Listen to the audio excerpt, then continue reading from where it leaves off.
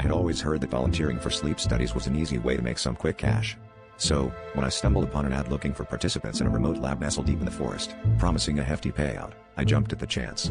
As I drove up the winding dirt road, a creeping sense of unease settled over me. The trees seemed to close in around the narrow path, their branches reaching out like skeletal fingers. But the promise of money was enough to silence my doubts, at least for the moment. The lab, a hulking relic of the past, loomed before me, its windows dark and unwelcoming. The air was thick with a sense of abandonment, as if time itself had forgotten this place. I was greeted by a single, flickering bulb hanging above the entrance, casting long, ominous shadows across the cracked pavement. Inside, the equipment was outdated, covered in a layer of dust that suggested it hadn't been touched in years.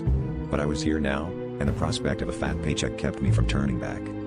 As night fell, I settled into my assigned cot, the cold seeping through the thin mattress. Sleep came fitfully, haunted by the distant echo of footsteps and whispers that seemed to float through the walls. I tried to tell myself it was just the wind, playing tricks on my mind, but deep down, I knew something was wrong. The next morning, I searched for the staff who supposedly ran the study, but the building was eerily empty. It was then that I stumbled upon a faded newspaper clipping pinned to a corkboard. The headline read, "Sleep Study Lab Shut Down After Tragic Incident." My heart raced as I pieced together the truth. This place had been abandoned for decades, closed after a series of mysterious deaths. The volunteers, much like myself, had never left. I felt a chill run down my spine as I realized I was not alone. The whispers grew louder, each voice a fragment of a life cut short. Panic surged through me, and as I sprinted for the exit, I felt a cold, invisible hand brush against my shoulder.